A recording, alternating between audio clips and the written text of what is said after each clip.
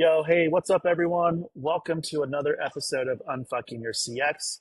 I'm your host, Zach Hamilton, but let's just be frank, no one gives a shit about that. You're just really curious about who's in the hot seat today. And I'm so excited as I just continuously think about who's challenging the status quo, who's got a different type of thought about customer service and customer experience and how they're leading with impact today.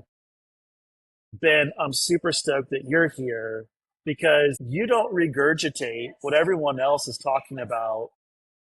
You have a mind of your own. You're always talking about business impact. So, welcome to the hot seat. Thank you so much, man. Really, really pumped to be here. I've been a fan. I've been paying attention to all these. Obviously, you got my attention with the name, and really pumped to finally get to do one of these here with you.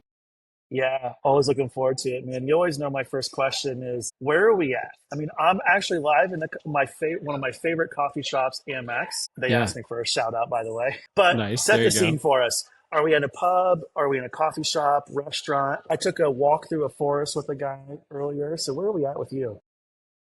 I love that. So I know that you are at a coffee shop. I would have said this anyway, but I always like to go chill at a coffee shop. More my style. I brought a coffee here today as well, so Very cool. we can enjoy that together. And I like sitting together in a coffee shop talking all things CX. Appreciate it. Thank you. Yeah, I'm curious, like, what's your coffee? I saw it quickly, but what's your coffee of choice? Great question. Got to go iced latte. A whole Okay. milk. I'm not doing the oat stuff. No, thank you. And I like one Splenda. I think sugar too much. I like Splenda. Okay. I told someone the other day, like, I'm all for the calories. Like, typically, if I get a coffee, it's like Yeah, a sweet cream, cold brew, extra splash of sweet cream. there you go. I like that. I like your style. But now, since I've already had a coffee today, now I'm just doing a strawberry smoothie. So now I feel good about drinking the extra calories because now I'm not. There you go. It's healthy. It's So, strawberry. well, I try to balance, right, man? So there's all of us in the discipline, right? So whether we're in customer experience, customer success, customer service, we all essentially say we strive to be customer led, right? We try to bring meaning into the lives of our customers. But there's always those specific topics that come up that make you cringe. So I'm curious, like, what is that for you? Yeah. So I would say, one topic that makes me really cringe is when companies treat CX as a cost center instead of a growth engine, right? They obsess over cutting support costs. They miss the opportunity to turn every interaction into a brand loyalty moment or a revenue opportunity. And in my opinion, it's really like short-term thinking that then kills the long-term value. So if I had to pick one, that is my big one. Yeah, it's so interesting, Ben, is this is actually a really popular topic just out there right now, right? And I totally agree with you around this short-term thinking, killing long-term loyalty, profitability. I think of it as customer lifetime value. But I think the one thing that CX practitioners need to be aware of, though, is like our CEOs or most CEOs are out here fighting quarter to quarter just to keep their own job. And so they have a hard time thinking long term while just trying to fight for their job short term, quarter to quarter. So, like, I know we'll get into some player tips, but as you think about how you have successfully navigated short term versus long term and how to balance both, like, how have you been able to do it? I think that before I get into the player tips, the quick answer to that is that you have to know that. You have to have respect for, whether it's the founder, CEO, or just the whole C-suite in general, that they're answering to a board and that, they have goals that they need to hit as well. And so, how do we turn what we do in CX into their own language so that we can empower them to go and fight those fights for us, and put us in the best light possible? So, not that we want to jump into the three player tips off the bat, but one of them Yeah. that I genuinely believe sort of goes in line with that is that you need to shift the mindset.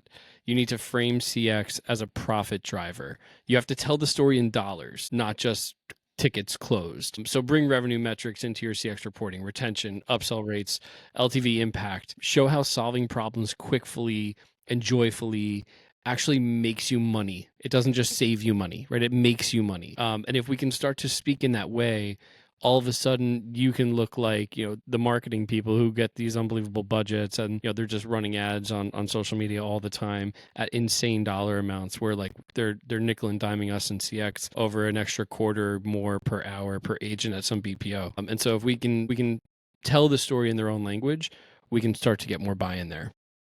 Dude, you're so spot on here. What's so interesting though is, a lot of my thinking here lately and what I've been publishing has been a lot of this. Hey, as CX leaders, we are dot connectors, we're translators, right? Our executive leaders don't understand customer. That doesn't mean that they don't want to advocate for the customer or do what's best for them. They just don't understand it. They understand P&L. But I've been heavily criticized here lately where it's like, look, if all you're thinking about as a customer experience leader or practitioner is in dollars and cents, then you're missing the point of customer experience. And so a lot of times I challenge back with, like, advocating for your customer is translating that into the P&L to where your executive leadership team understands and they're moved to action. So when you think about that, how do you balance, like, look, I am advocating for the customer, I'm just doing it in a different way. Yeah. I think the number one way to advocate for the customer is to invest in a great CX or CS department. Another one of the tips here is empowering agents to act like owners, right? Give agents authority to solve problems creatively. Don't just have them following scripts. That's a really big piece that I try to implement anywhere that I go.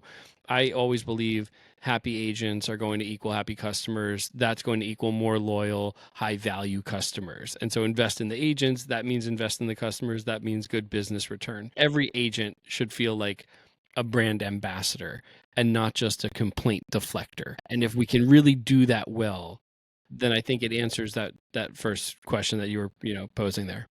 Yeah, but and I think I think a lot of folks just underestimate the power of that customer service agent, right? Because ultimately, a lot of times they are your last interaction with the brand, between the brand and the customer. And a lot of Mhm. times, Yeah. customers aren't happy when they're calling in. They're frustrated. There's something that has gone wrong. An experience has broken down, which is why they're, having a conversation with that service, with the service team.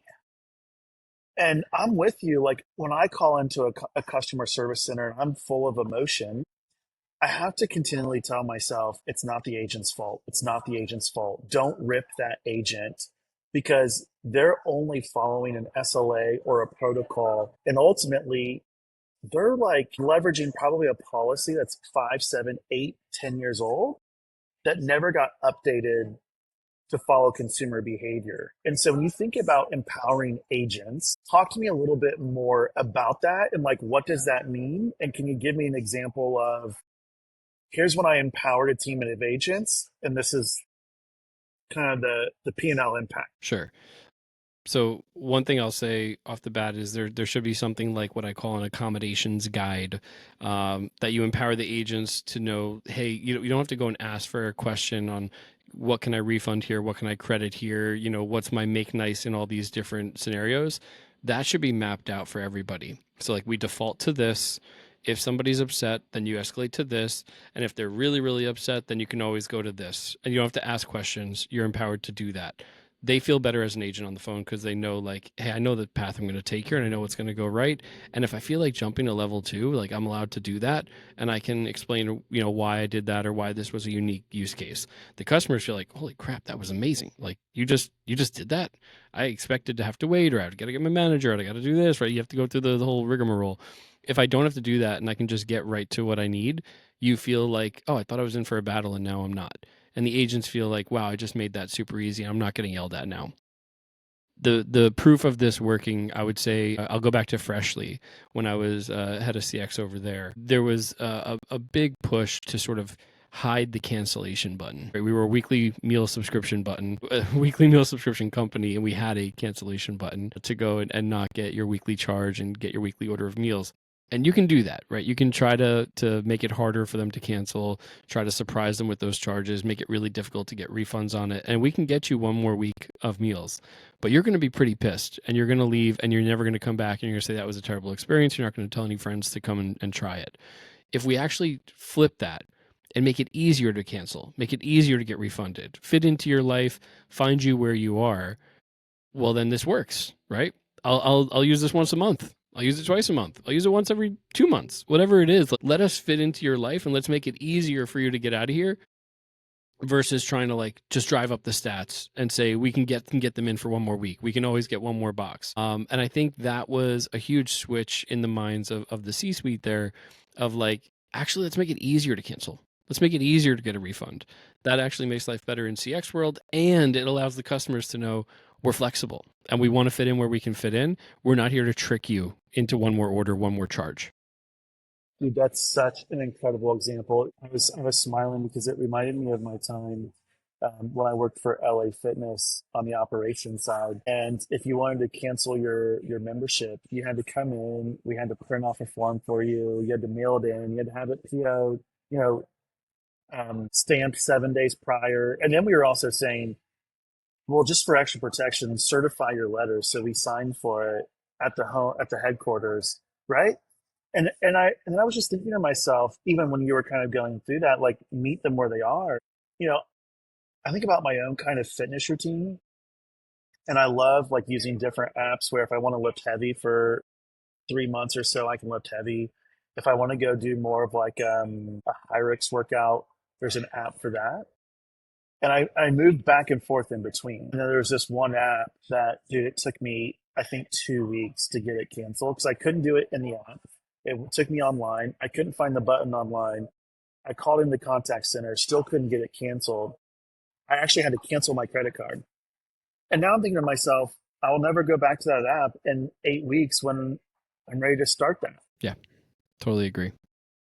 It's crazy, but these are lessons we learn, and we learn them through CX, right? And it seems like common sense to us as customers, but when you're looking at your financials and you know what the board has set out for you as your goals, it's Yeah. really easy to just be like, hey, we can increase this by X% if we just hide that stupid button, right? If we just make it unbelievably difficult for them, and then it works in the short term. Yeah, we went and raised that round because we were able to increase revenue by this. We did reduce churn by that, but in the long run, you're gone, right? And Yeah. you're going to tell 20 friends that this was not anything that can work for you. They're not flexible. It's the worst experience, and now you're just in a game of trying to catch new people, get them tricked, and then burn and churn. And this is a non-winnable, non-sustainable solution.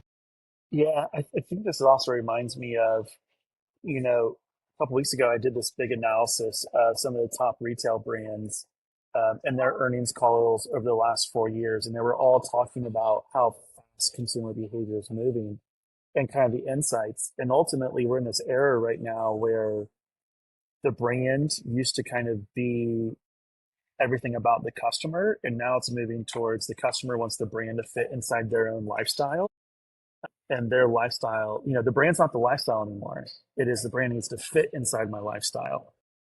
And so what you were just saying is meet me where I'm at, right? Because there might be 3 or 4 months that I know our counters are going to be hectic with youth sports for our kids and everything like that. And I'm going to need a meal service. But then when summer rolls around, maybe a parent is a teacher, they're home, they can actually prep meals, but then when they get back to school, they're ready for meals again. It's such a great example. Really curious. Totally. Player tip number 3. How do you kind of unfuck this Yes. whole thing? Yeah. So I would say that the last of my tips here is invest early in that voice of customer program. You want to collect unfiltered customer feedback regularly. Close the loop by showing how that feedback drives product, marketing, ops decisions. So in my opinion, voice of customer isn't just a survey. It's genuinely your strategic advantage if you view it in this way. Your customers are telling you exactly how to win. Most companies, they're just not listening carefully enough. And so we need to invest in that early and see that as how we win in the market and know that that's really, really, really important. And that changes the mindset of CX being a cost center to a true revenue driver and something that we value in the business. Yeah, that's such an incredible tip, right? It's funny. It reminds me of an article I read recently around essentially customer experience is your strategic differentiation. But that's an article that I've seen now date back 9 years, and it's been rewritten about 250,000 times if you just search Perplexity.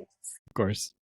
And Yeah. so, been only very few people have really been able to make the voice of customer and customer experience a strategic differentiator, right? Most people are just doing an insights readout, but you've figured out, right? I would say you're almost this unicorn of CX leaders where you've actually figured out how to make it that strategic differentiator. So as we're kind of on this player tip number 3, what is like one thing that you would say, I'm going to caution you not to do this because Hmm.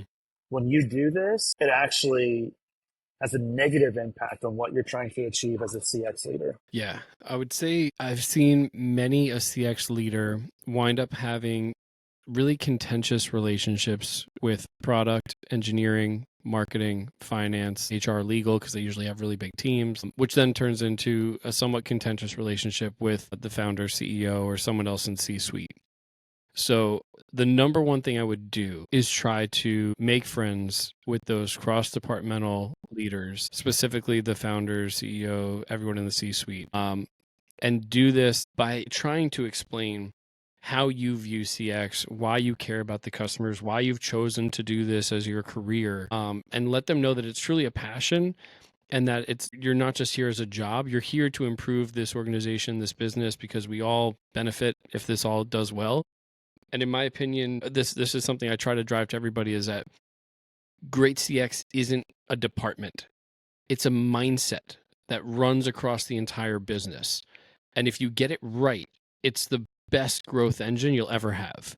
Mm-hmm. And if I can like sum it up into one sentence, like that's the sentence. And if you can get that message across to all those cross-departmental leaders, those founders, CEOs, the C-suite, and they believe that you truly live that, then there's more buy-in when you bring that voice of customer program to them, when you bring these different initiatives that you want to go try out. And usually they'll give it a shot. And if you can prove it out just once, you earn that credibility, you earn your seat at the table, and you don't have to have that fight again and again. You really just have to do it once at the beginning, earn that credibility, and then you're there. Amen. Amen, brother. That's it. It's a lot of times sales leaders go at this where they get their insights, their feedback, then they go call the baby ugly, right? Products, here's where you're screwing up, and here's all the Right. negative feedback. Yep. And to me, it is, and I'm with you, and you're like, you have to build relationships early. You have to let them know that you truly care about their success. How do I help them become successful in their specific roles? And so a lot of times it's understanding, to your point, what are they on the hook for? What are they accountable to? And show them the way. You're almost a Sherpa, right? Of climbing this customer mountain, of show them the way of, if you just remove these specific frictions, it's going to help you get to that specific outcome faster or more efficiently. And now you're going to stack wins yourself. And that's when we become that trusted business partner versus here comes Zach again and he's just going to tell us how bad we suck at our job because the customers don't like X, Y, and Z. Totally agree. Yep. Couldn't say better. But it's not easy.